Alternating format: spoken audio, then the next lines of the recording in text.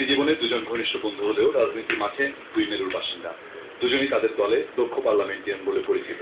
বর্তমান বাস্তবতায় দুজনই যে দলে এবং সরকারে নীতি নির্ধারকের ভূমিকায় নেই, সেটি তারা নিজেরাই স্বীকার করেন। পার্টির পক্ষে বলা তো পার্টির পক্ষে তো বলতেই পারি, আমার ইন্ডিভিজুয়াল ব্যক্তিগত মত হচ্ছে যেভাবে পার্টির পক্ষে বলতে পারে না, আমি ওইভাবে সরকারের পক্ষে বলতে পারি।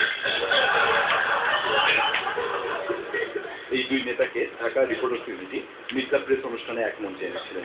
৭২-এর সংবিধান নিয়ে সালাউদ্দিন কাদের চৌধুরী যখন তার স্বভাবসুলভ ভঙ্গিতে সরকারের দিকে নানা পরামর্শ দিয়ে যাচ্ছেন, তখন সুরঞ্জিত সিং গুপ্ত বললেন তারা তাদের মতো করেই ফিরতে চান ৩৭ বছর আগের মূল ভিত্তির উপর। চতুর্থ সংশোধনী হচ্ছে জাতির জনক মরহুম শেখ মুজিবুর রহমানের লাস্ট মেসেজ অফ উইজডম। এই লাস্ট লেগেসি রক্ষা করার জন্য আমি মনে করি যে কি আজকে মাননীয় প্রধানমন্ত্রী ফুললি কম্পিটেন্ট, আওয়ামী লীগের তো কর্তব্য সেটা রক্ষা করা।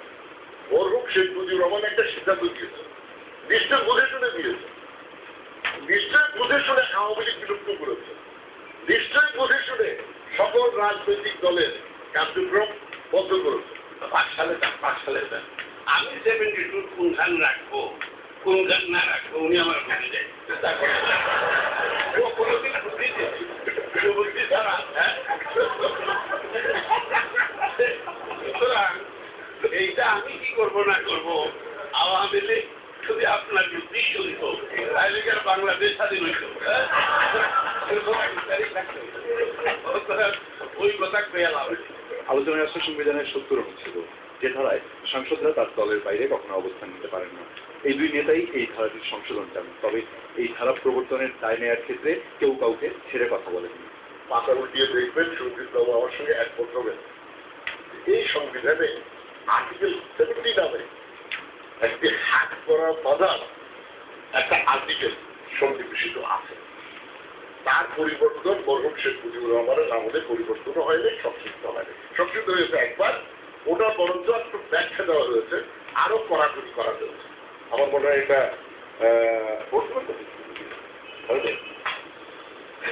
একটা এক্সপেন্সিভ আগে